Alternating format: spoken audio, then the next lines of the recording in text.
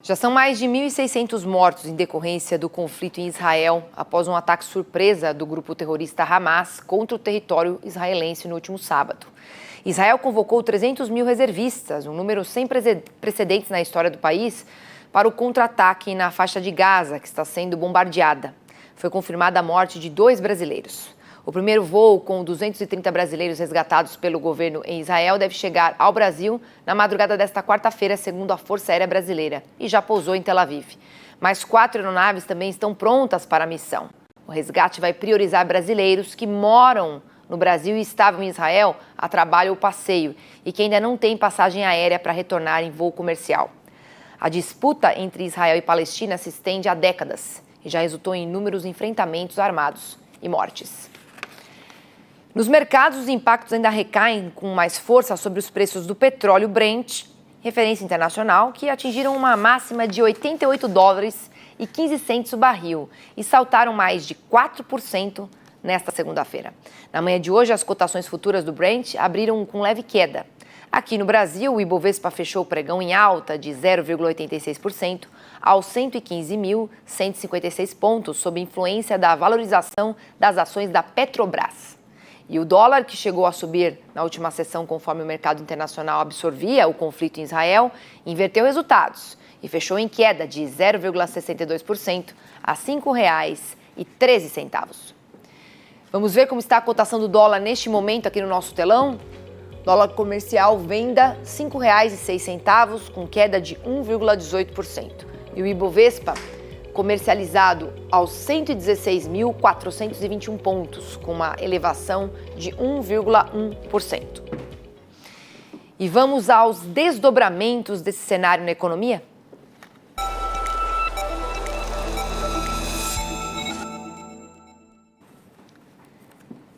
Nesta segunda-feira, o presidente da Petrobras, Jean Paul Prats, afirmou que a política comercial da estatal tem condições de suportar cenários de grande volatilidade. Mas caso as cotações do petróleo permaneçam muito tempo em patamares elevados, ele não descarta o possível aumento nos preços internos. Uma alta nos preços dos combustíveis poderia trazer também uma pressão inflacionária. Então vamos chamar o nosso comentarista Miguel Daoud, porque a gente tem um cenário difícil atrás do outro, não é?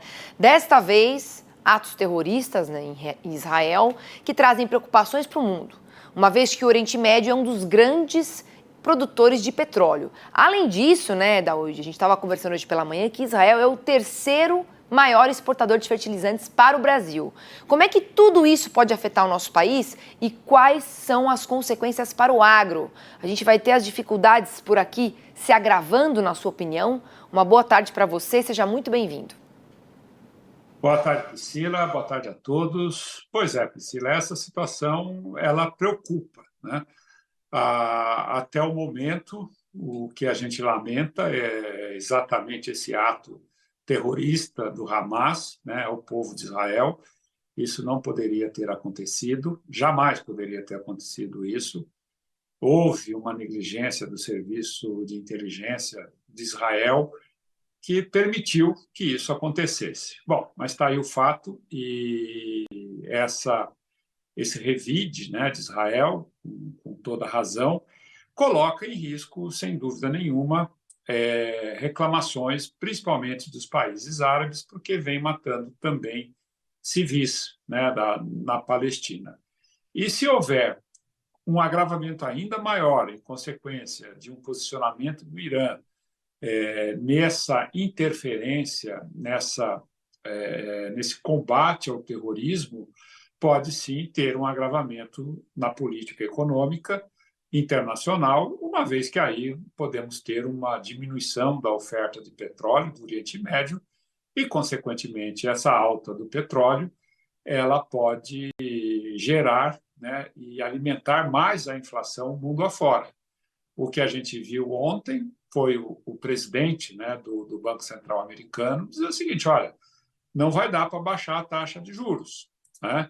Aqui no Brasil, o presidente da Petrobras deu uma declaração dizendo que, se o petróleo permanecer em patamares altos, poderá haver também uma elevação dos combustíveis. E isso o mercado hoje reflete e digere esse posicionamento, né? Lá nos Estados Unidos o mercado ficou estável, ontem era feriado. Aqui no Brasil nós estamos vendo a bolsa subir, o dólar cair, exatamente nessa expectativa de que as taxas de juros vão continuar alta e acaba favorecendo os investidores, né? Deixam o dólar e vamos para a taxa de juros. Só que isso é um cenário pontual, né? O mercado financeiro ele trabalha com expectativa. Amanhã, né, se houver um agravamento dessa tensão envolvendo outros agentes internacionais, isso pode, Priscila, sem dúvida nenhuma, diminuir o ímpeto do Banco Central aqui de reduzir a taxa de juros.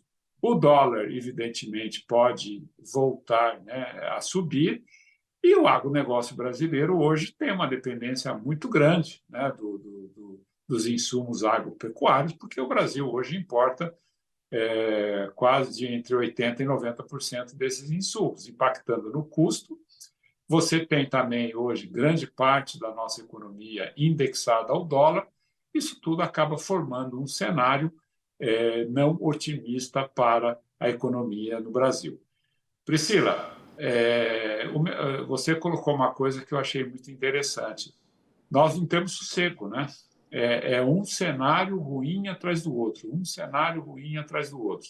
As contas públicas do governo aqui também estão preocupando, aquelas reformas que poderiam ser feitas não estão acontecendo, e tudo isso, se houver esse agravamento, como você posicionou, Priscila, pode, sem dúvida nenhuma, trazer uma volatilidade maior, e o agronegócio é o carro-chefe da nossa economia. Ele não estaria isento de ser atingido também por essa turbulência, caso ela venha a acontecer. Vamos torcer para que isso não aconteça, que essa situação lá no Oriente Médio, entre Israel e o Hamas, quer dizer, que Israel tem que combater atos terroristas. Não dá para entender isso.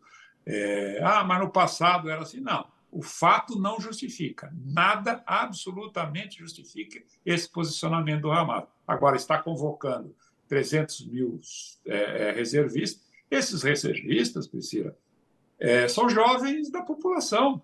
Não são soldados reservistas, é a população que tem irmão, pai, tudo ali como cidadão de Israel. Agora, imagina se houver aí um agravamento dessa situação. A situação vai, sim, complicar muito. Infelizmente, eu torço para que isso se encerre e não continue, porque pode haver morte de Israel e do lado de civil da Palestina, que não quer saber do Hamas, no Líbano ali, do Hezbollah, querem paz, querem harmonia, mas, infelizmente, esses grupos se infiltram e cometem essas barbaridades, esse ato de terror contra populações. Tá certo, Daúde. Obrigada, né? Uma pandemia e 2 guerras assim na sequência é muito para a gente conseguir aguentar e lidar com esse problema. Obrigada pela sua participação e até amanhã. Até amanhã, Priscila. Um abraço a você, um abraço a todos e vamos orar para que tudo se resolva. Bem. E em nota divulgada nesta terça-feira, o Movimento dos Trabalhadores Sem Terra afirmou que a resistência da Palestina é legítima em decorrência das agressões e, nas palavras do próprio MST, da política de extermínio que Israel implementa na região há mais de 70 anos. Sem citar o Hamas, o movimento declarou apoio total e irrestrito à luta do povo palestino.